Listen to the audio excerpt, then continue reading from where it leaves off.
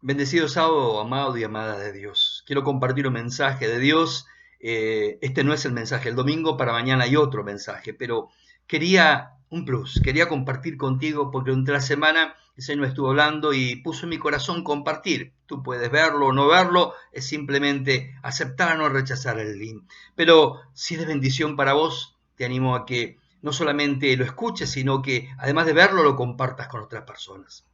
En ocasiones me han preguntado quiénes o quién, de quién fue la responsabilidad de lo que Jesús experimentó y que recordamos la semana pasada en la Pascua, su humillación, el justo enjuicio que él pasó, la muerte humillante que sufrió en la cruz, la cual solo estaba reservada para los peores delitos y personas.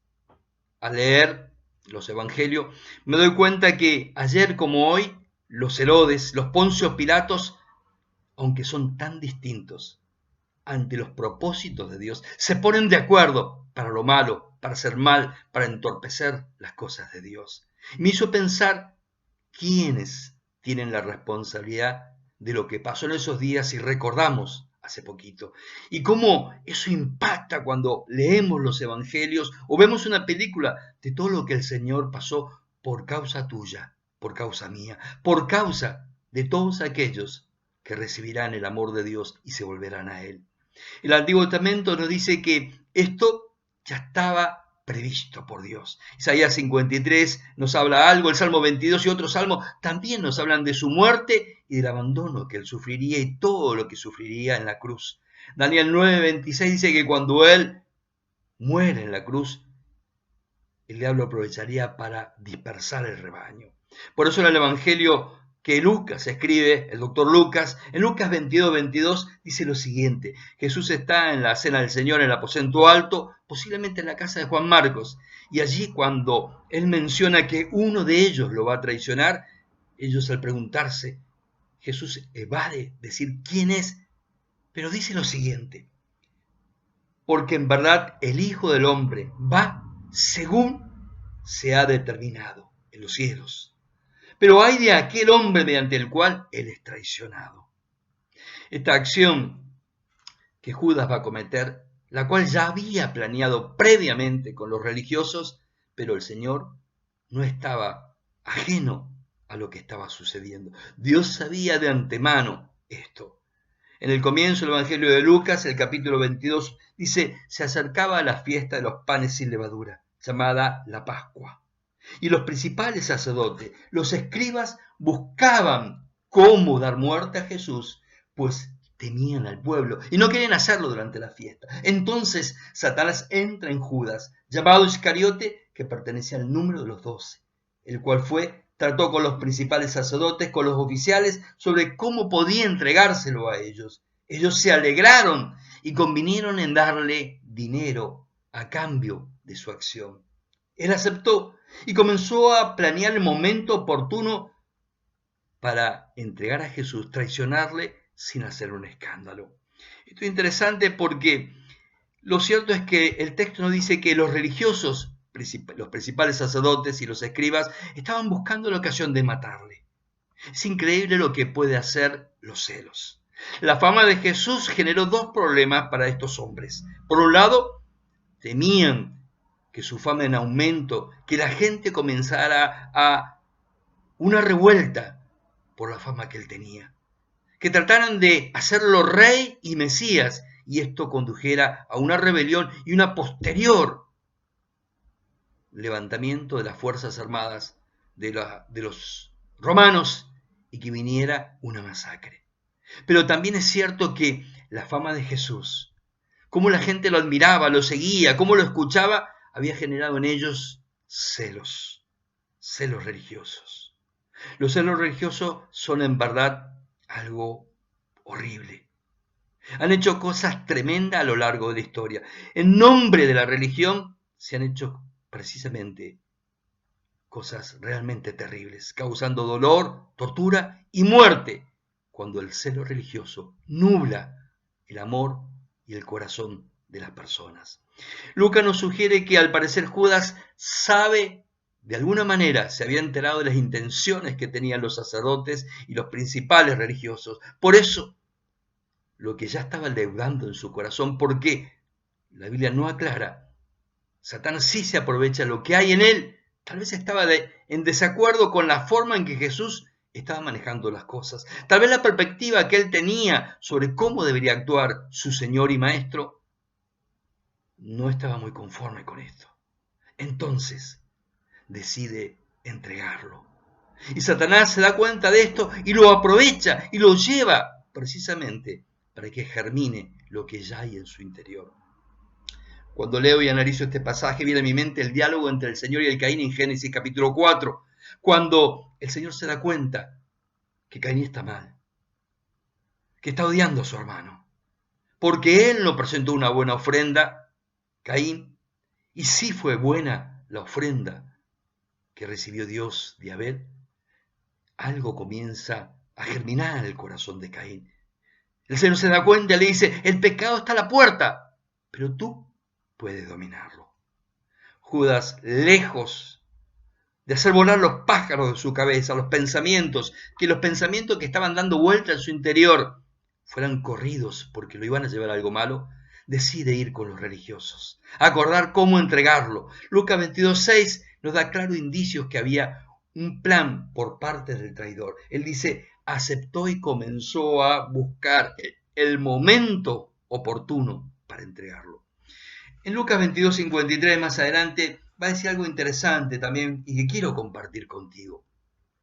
Cuando Jesús es arrestado en el huerto, dice algo que sigue dando pie para esta pregunta. Él dice, este es el momento de ustedes, el tiempo en que reina el poder de la oscuridad. La Nueva Traducción lo dice de esta manera. La Biblia de América dice, cuando estaba con ustedes todos los días en el templo, no me echaron mano, pero esta hora y el poder de las tinieblas son de ustedes. La palabra de Dios para todos, que es otra versión, dice, pero esta es su hora, la hora en que reina la oscuridad. El texto no solo da a entender sin margen a dudas que esto está dentro del plan de Dios. El Padre está permitiendo que ocurran estas cosas que son parte del plan redentor, pero de las cuales cada uno de los componentes de esta traición, de este complot, de esta maldad humana, deberán dar cuentas a Dios. Por eso quiero responder esta pregunta. También se nos dice que esta es la hora en que ellos, que buscaban su muerte, también era la hora de las tinieblas, porque este socio invisible, el poder de las tinieblas, Satanás no conoce los planes de Dios, piensa que está frustrando, está echando a perder el plan de Dios, el plan de la redención. Pero acá hay algo importante para aclarar. Así como la vez pasada hablaba de don de lenguas, hoy quiero hablar de esto. El diablo, Satanás, no es Dios, no puede saber todo, no puede estar en todo lugar, no puede meterse en tu interior si no le das lugar. Cuando hay descontento, cuando hay chisme, cuando hay amargura, cuando hay odio, cuando hay resentimiento, cuando no estás de acuerdo con las cosas de Dios, entonces le damos lugar al diablo y él puede hacer cosas terribles en tu mente y en tu vida. En Lucas 23, el siguiente capítulo, nos dice que hay algo incoherente que pasa entre los religiosos. Te leo, dice 23:8. Herodes se alegró mucho al ver a Jesús, que hacía tiempo que lo quería ver, porque había oído hablar de él y esperaba verle y quisiera alguna señal. Herodes había recibido de parto de Pilatos. Cuando Pilatos se da cuenta de que Jesús era de Galilea, lo remite a Herodes, que estaba cerca. Y este Herodes es el hijo de aquel que mandó matar a miles de bebés de 2 años para abajo, porque los sabios habían dicho, nació el rey, nació el Señor. Es más, lo curioso y hasta incoherente es que se alegra de verlo, espera ver alguna señal, pero luego de interrogarlo, permite que Jesús sea menospreciado, maltratado, se burla de él y lo vuelve a enviar a Pilatos. Los Herodes, los Pilatos de todos los tiempos, no solo intentan lavarse las manos de los eventos de los cuales tienen parte y, teniendo autoridad para hacer un cambio, se lavan las manos y consienten que las tinieblas y las personas malvadas avancen en sus actos, en su injusticia. Pero ¿qué sucede con el pueblo? Porque acá vemos que los escribas, los religiosos, Judas, las autoridades están detrás de esto. Pero el pueblo es el mismo que esa misma semana, al entrar Jesús a la ciudad, lo victoriaba y decía, y se alegraron de que él era el que había de venir. Y gritaban y echaban sus mantos y ramas. Esta misma multitud, cuando Pilatos trata de soltarlo, porque la esposa le dice, no tengas nada que ver con la muerte de esta persona. Más de una mano va a decir, estos hombres que no hacen caso a sus esposas. Lo cierto es que el problema no es hacerle caso, no a ellas, sino hacerle caso al diablo, a lo malo, a lo que comienza a leudar en la mente y nos puede llevar a hacer cosas feas. Lo cierto es cuando desea liberarlo, porque se da cuenta que no hay nada malo en él, que no merece la muerte, como se acostumbra en la Pascua a soltar a un preso. La multitud comienza a gritar y presiona y enloquece pidiendo a Barrabás. Dice Lucas 23, 18 lo siguiente. Ellos clamaron a una voz diciendo, quita a este hombre por Jesús. Suéltanos a Barrabás.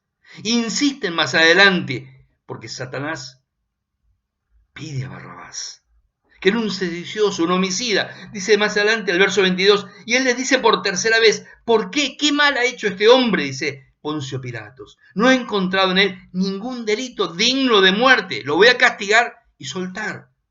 Pero la palabra de Dios dice más adelante que ellos, verso 23, insisten, pidiendo a grandes voces, crucifícalo. Y sus voces comienzan a prevalecer. Es interesante. La nueva versión internacional dice en el verso 23, Lucas 23, 23, sus voces se impusieron. La nueva traducción viviente dice, sus voces prevalecieron. Pero tanto la Reina Valera como la Reina Valera contemporánea añaden algo más. Sus voces y la de los principales sacerdotes prevalecieron. Es decir, que en ese momento los sacerdotes y autoridades estaban allí entre la multitud, asusando, instigando, promoviendo esto. Pero eso no exime la responsabilidad de la multitud que pidió, mátale, crucifícale. Lo otro llamativo es que sobre quiénes prevalecieron, sobre quiénes se impusieron, hubo otras voces. Ayer y hoy siempre habrá otras voces. Siempre va a haber un remanente que no va a ir en la manada, que no es parte del montón, que va a decir lo que tiene que ver con Dios, que va a pedir lo bueno y no lo malo. Ahora, ¿qué sucede con toda esta gente que una semana lo alaba, da gloria a Dios y a los pocos días pide que lo maten? Cuando comienza a predicar unos días después, en Pentecostés, el apóstol Pedro, que va a ejercer las llaves que el Señor le dio para abrir las puertas, y las puertas se abren cuando uno predica el Evangelio, y el primero que va a predicar el Evangelio en el tiempo de la iglesia es Pedro. Él va a dar vida a la iglesia precisamente cuando predica la palabra de Dios y habla ante la multitud que aún estaba allí en Pentecostés, precisamente en esa fecha que nucleaba tanta gente, y comienza a hablar y los responsabiliza. Y dice en Hechos 2:36, por tanto, sépalo todo Israel, que a este Jesús, a quien ustedes crucificaron, Dios lo ha hecho Señor y Mesías. Por esta razón, el apóstol Juan en el comienzo de su evangelio dice, a los suyos vino y los suyos no le recibieron. Luego el verso 12 habla de un remanente, pero a los que le recibieron, a los que le aceptaron, le permitió, les dio el derecho de ser llamados hijos de Dios, de ser transformados en hijos de Dios.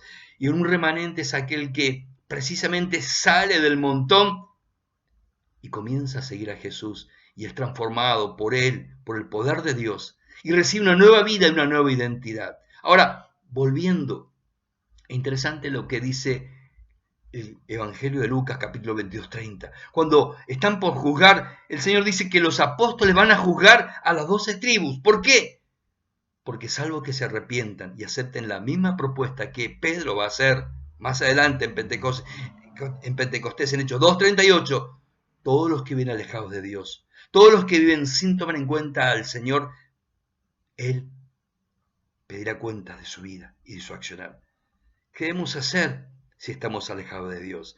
¿Qué le dice Pedro a esa multitud que reacciona? Dice la palabra de Dios en Hechos 2, en Hechos 2:37, al oír esto, que Pedro los hace responsable a la multitud de la muerte de Jesús, dice, compungidos de corazón, hermanos, ¿qué haremos? Y Pedro contesta algo tremendo, que hoy está vigente para vos y para mí si estás alejado de Dios.